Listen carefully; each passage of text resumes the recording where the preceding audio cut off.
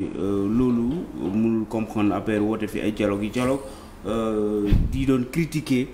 ñi nga xamante ni ñoo ñëwul ci lu mu doon woote ba noppi ñoom ñuy bañ a dem moom na moo jël responsabilité dem bien que sax dañ doon wax dañ def ay concertation en interne di wax ne il se peut que du ñu dem ñoom ñu mujj bañ a dem wuji ci dialogue bi nee na nag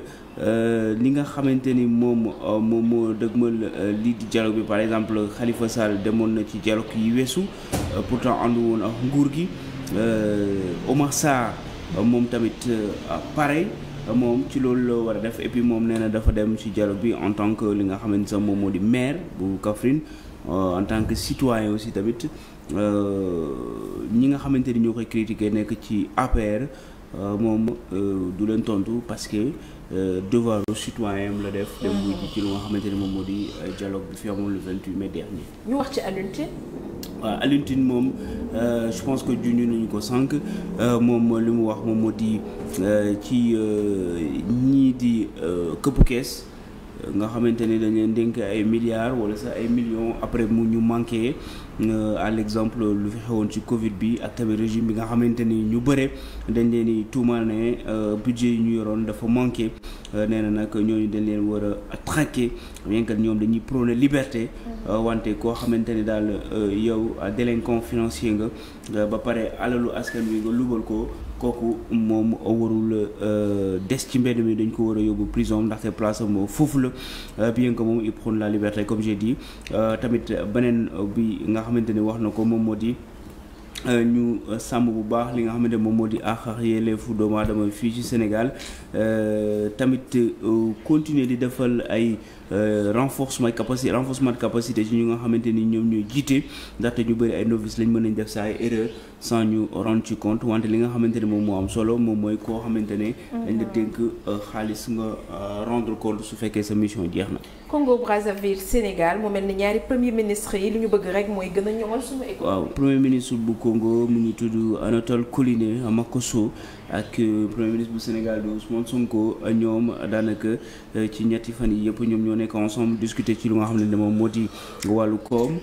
joxalante ñaari réew yi ñoom nag ku nekk jël na kàddu wax ci lu nga xamante ni moom moo soxal sa réew ak tamit ci Sénégal nan nga politique économique bi demee ko mun nañu wax weer wala sax at yi di ñëw diggante ñaari dëkk yi muy Sénégal ak Congo Brazzaville lu ñu wax nag moom moo di dañu seetlu dafa am benn niveau boo xam dafa faible trop niveau échange commerciaux yi diggante Congo ak Sénégal loolu nag ñoom nañ ci bàyyi seen waar ba mu yaatu renforcer li nga xamante mooy chambre consulaire yu ñaari dëkk yi ba nga xamante ni dinañu mën a am ay échange aussi ci wàllu commerce ak tamit ci wàllu culture li nga xamante ni tamit wax nañu ko nee nañu toll ci 29% yi nga xamante ni ñoom daanaka moom mooy représenté étranger yi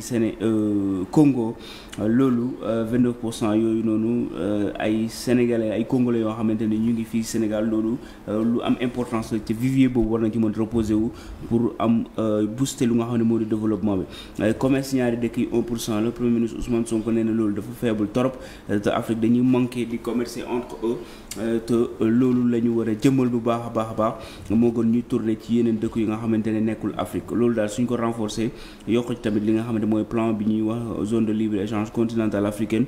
dina tax ba nga xamante ni ñaari dëkk yi seen diggante yi mën a ratax. Merci beaucoup Pape Malick ñu jaajëfal bu baax a baax xam nga solo. ñu rebondir un peu par rapport ak aux explications d'Abdoulaye Sow ak li nga xamante ni moo di sa participation ci dialogue bi moi je pense que c'est une position républicaine. Normal et voilà. waaw mais ku nekk am nga droit libre et tout mais su fekkee tamit da ngaa nekk ci parti politique pour man suñu wax ne ñu defee mot d'ordre mais su fekkee sax devoir de solidarité war na mën a tax nga wekku foofu parce que aussi yow nekkuloo chef parti soo nekkul chef parti da ngay tënku ci ay hiérarchie par exemple ici su fekkee y avait un règlement intérieur bu ñu def ñu ne kenn amul droit di woy ci télé bi. nga nekk ci antenne bi ñu wax ñëpp ku génn ci télé bi amoo droit def loolu kilifa gi ci kër gi moom moo ko wax yow. ñëpp ci war a boo defee le contraire da ngay déroger lu nga xamante ne moom mooy règle parti politique dafa am lu muy doxee am ay charte parti politique bi ñu ne bu kenn wuji nga dem wuji loolu ça veut dire que violer nga charte yi en revanche boo gis naa mu burux la ne dafa dem en tant que kii comment ça s'appelle en tant que maire mais bon mais lu tax nga tuddee ko burux la mais loolu bon subterfuge la pour mën a justifier li nga xamante ne moom mooy participer la mais en principe moom mooy ci parti politique nga nekk dafa am ay charte yu tënk parti politique bi suñu ñëpp dañoo war a respecter suñu fekkee suñu ne dañuy boycotter yow tamit même su fekkee àndoo si sax devoir de solidarité war na mën a tax nga tënk ci loolu ci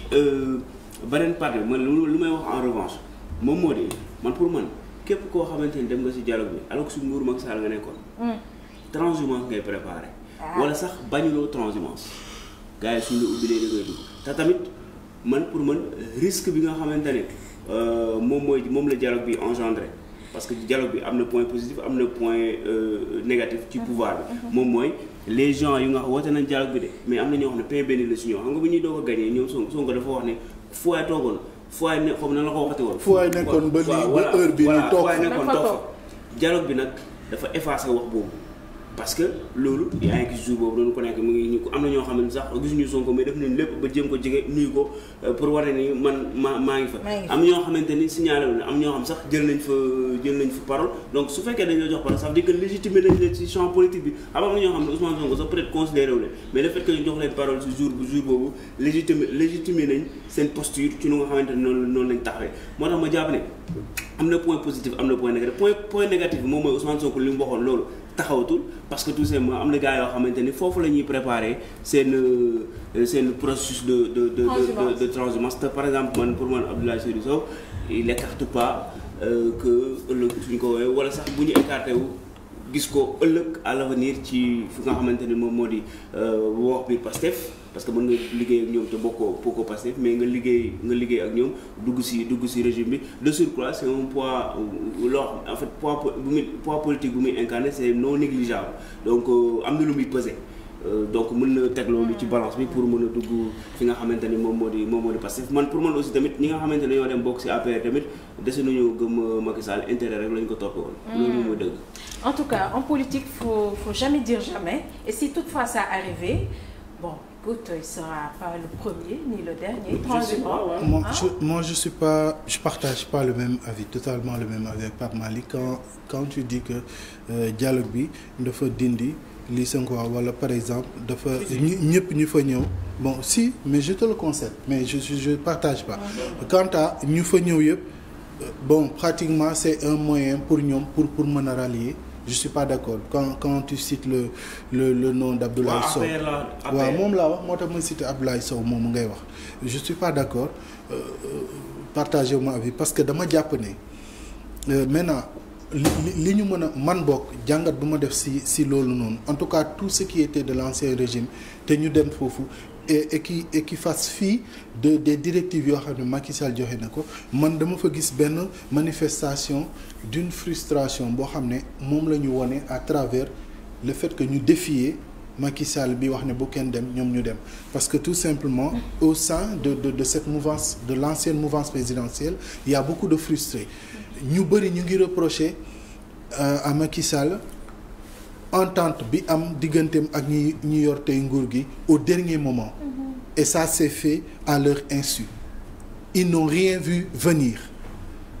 dialogue bi dox ci diggante que ce soit direct ou par intermédiaire il y a eu un dialogue boo xam ne dox na ci Macky Sall diggante Macky Sall ak régime bi fi nekkoon jur na li mu jur des gens ont été libérés ñu ñëw tey loolu am na y en a qui l'ont en travers de la gorge au sein de la paix benn deux. mais bu ñu dem continuer bu fekkee loolu am na. non mais si tu es frustré la personne bi la ko infligé elle est de l'autre côté c'est-à-dire que mënuloo am accès sax ci moom pour wax ko li nga koy wax parce que au dernier moment de Macky Sall pratiquement il paraît que jotoon ko yombuloon donc bu fekkee yow tu es leader responsable d'un parti ba pare yow mënuloo jot ci leader bi les décisions tu les apprends au même titre que tous les autres Sénégalais ça pose problème ça crée des frustrations yoo xam ne après si t'as pas en face de toi le responsable muy Macky Sall bi nga xam ne moom nga mën a wax dëgg. mais tu agis en fonction des actes yoo xam ne dafay wone sa frustration. loolu mën na ko expliquer de peut-être deuxième chose bi fi may daanelee toujours avec Abdoulaye Sow bi ngay wax il faut pas oublier qu'il a beaucoup de casquettes Abdoulaye Sow politicien au sein de l'APR il n'a rien à voir avec un autre responsable bul fàtte ni il est dans le mouvement sportif. Ouais, mais je sais mais bon. Voilà donc il y a beaucoup de non mbubboo ko il est au cœur du système du football sénégalais il est au cœur. moom su ko neexee sax mu dem léegi moom. mbubboo mu moom sax léegi su ko neexee mu dem dialogue parce que moom maire Kaffrine la. waaw pas mal man li ma lay wax la rek c'est-à-dire que au sein de l'APR du fa ku ndaw le gars parce que moom am na mbooloo bu dee mbooloo ngeen di jaay du ngeen ko jaay mbooloo tout le monde a vu l'exploit qu'il a fait chez lui mu ñëw jóge foofu nekk dans les mouvements associatifs yoo xam ne am na lu mu représenter foofu c'est-à-dire c'est quelqu'un boo xam ne mënuloo ko jël rek nga tënk ko si une décision qui émane d'un parti boo xam ne le président a organisé wu moom su waxee dara. moo tax ma ne la je te le concède mais aussi mais le fait que naan ay la wala lii la pour man loolu aussi il a des raisons c'est à juste titre c'est un maire c'est un acteur du sport boo xam ne incontournable kenn mënu ko dindee ci wàllu sport il pèse lourd là où il habite il pèse lourd dans son parti donc voilà mi ngi noonu maintenant nag s'il est frustré man dama analyser rek décision li ma ci doon avant dialogue bi rek laa ci waxaat ku ne tu es libre d'aller ci li nga xam ne moom mooy dialogue bi mais nag lenn moo ci am c'est-à-dire boo ci demee nga assumer na sa responsabilité nga ne nag see dem c'est-à-dire boo ci demee bul am xàjj ak seen neel damaa dem parce que damaa bëgg dem mais pas trouver des alibis c'est-à-dire ki nga xam ne moom mooy Abdoulaye Seydou Sow dem nga ci li nga xam ne moom mooy dialogue bi dem nga ci dialogue bi après assumer ne da ngaa dem ci dialogue bi mais non bul dem ci dialogue bi avec des pincettes avec xam nga damaa mel nii wala damaa mel nii damaa mel na c'est-à-dire les politiciens sont toujours comme ça on les comprend mais boo demee ci dialogue bi assumer li nga xam ne moom mooy sa responsabilité. mais il a assumé ba leen nit ki waaye boo demoon ci dialogue bi assumer li nga xam ne moom mooy sa responsabilité de l'autre côté li ma ciy gis mooy tout simplement que APR parti la actuellement boo xam dafa nekk en déliquescence tout simplement parti bi actuellement effrité wu na c'est-à-dire même ki nga xam ne moom mooy guide suprême bi maanaam le président Macky Sall amatul mainmise ci li nga xam ne moom mooy parti bi c'est-à-dire fi ñu jëm nii parti la boo xam ne ça va disparaître au fur et à mesure parce que ñoom ñëpp xam nañ ne actuellement donc nekkatul loo xam ne vraiment dans le futur ça va aller donner quelque chose moo tax ku nekk actuellement da ngay jéem a xool noo lijjantee sa bopp balaa leneen di xew loolu lay nuru man loolu laa koy jàngatee actuellement parti la boo xam ne daayira boo xam ne day tas balaa moo tas nag ku nekk da ngay jéem a jël say bagages dem balaa moo suux loolu dong la mais boo demee ci dialogue bi jël sa responsabilité assumer li nga xam ne moom mooy ses positions voilà mu jeex kenn wala ci mën a dara après kenn wala ci mën a dara tu es libre tu es un homme politique tu es indépendant même bu fekkee yaa ngi ci benn parti logique de parti boobu ñuy wax discipline de parti boobu c'est vrai que on en parle mais discipline de parti boobu noonu dama koy def quand ça m'arrange de soit arrangé wul du ma ko def loolu kese la c'est-à-dire c'est pas quelque chose boo xam ne c'est suprême wala sax bu fekkee ne c'est un parti boo xam ne mi ngi dans les moo nekk en régime par exemple parti Pastef actuellement boobaa di nga gis ne discipline de parti bi foofu lay gën a amee pesant. parti bu nekk au pouvoir sax moo yomb respecter discipline mais boo nekkee ñu ngi dans l'opposition wala yoroo gouvernement amatul discipline de parti nañ ko wax rek te dee jeex ki gën a ndaw ci parti bi sax ki gën a ndaw ci parti bi day yow fajar attaquer président attaquer leader bi parce que yàgg nañ ko fa gis actuellement PDS c'est quoi la situation APR loolu mooy situation PS gis nañ li nga xam ne moom mooy situation bi gën a daw ci li nga xam ne moom mooy parti bi dañuy attaquer les ténors c'est parce que y a plus de discipline de parti discipline de parti boo amee c'est parce que le parti est au pouvoir. Très bien alors ñu jeexal rapidement premier ministre Congo Brazzaville ak premier ministre bu Sénégal li ñu bëgg rek mooy gën a suqali gën a ñoŋal li nga xamante ni mooy seen économie. bon visite bu nga xamante ne bon. Les deux premiers ministres rencontrés wu nañ bon ça fait 3 jours je crois ils sont ensemble et puis bon discuter sur loo xamante ne moom mooy améliorer les relations ak Congo Brazzaville dëkku Denis Sassou Nguesso et puis bon pour moi aussi tamit c'est très important et puis moi quand j'ai vu les chiffres lu ñu wax ne échanges commerciaux yi diggante ñaari dëkk yi c'est très faible parce que bon 1% la et puis bon y a beaucoup de Congolais yoo xamante ni si ñuy fii Sénégal am na ay Sénégalais yoo xam tamit ñuy Congo pour man bon mën nañ nekk na levier bu nga xamante ne bu important peut-être suñu si appuyé woo mën na tax ba nga xamante ne dinañu mën a booster lu nga xam moom moo di économie ba man lu may jaaxal nag moom mooy bon Congo nag moom xam nga sax moo fa am ba nga xamante ne dinañu mën a profitable fii Sénégal je pense que ñoom dañuy produire pétrole mais bon dëkk yi nga xamante ni ñu gën a néew lu ñuy produire pétrole ci continent bi la ñu bokk peut-être fu nga xamante ni mën nañ fa amal njëriñ amoon na benn contrat bu nga xam ne moo doxoon diggante seen diggante ak ñun. moom mooy waa Sénélec électricité bi dégg naa sax ñu ni contrat bi arrêté nañu ko mais le premier ministre dit que c'est pas vrai. dañuy nekk ci renégociation xaw ma lan ak lan bon on verra xool ba xam nan la dee mais xam naa daal enjeu bi voilà loolu la quoi que contrat boobu que Sénégal di fournir Congo électricité te loolu c'est une fierté nationale bu ñu arrêté affaire bi nag bu ñu nee arrêté nañ ko ba gis naa ay ñoo xamante ni di ci kontaan pour moom loolu nag moom boo fekkee même su fekkee opposant nga sax waruloo ci bëgg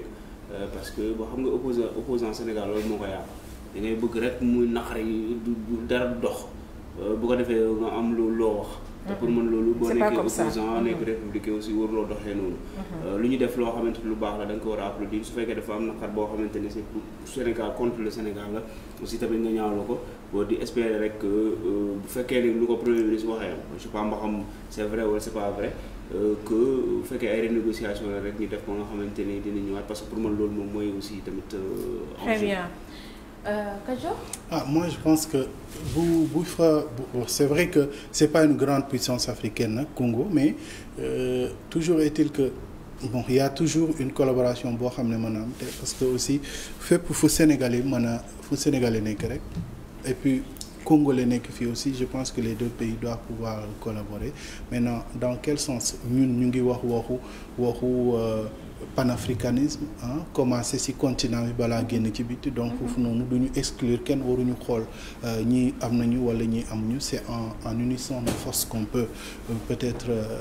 nous développer mutuellement je pense que ci logique boobu aussi lañ nekk moo tax duñu xool taamu ñu yor ak ñu yorul pour ñu war a xool nu ñuy lëkkaloo ak ñoom dès l'instant où il y a une possibilité de collaborer je pense qu'on peut collaborer comme ça mu nekk collaboration boo xam ne gagnant-gagnant lay nekk ak les pays voilà. Amadou et en plus pour ajouter li Kajoor il faut réduire li nga xam moom mooy la dépendance nos États africains sont trop dépendants ci li nga xam ne moom mooy importation yi nga xam ne dafay jóge ci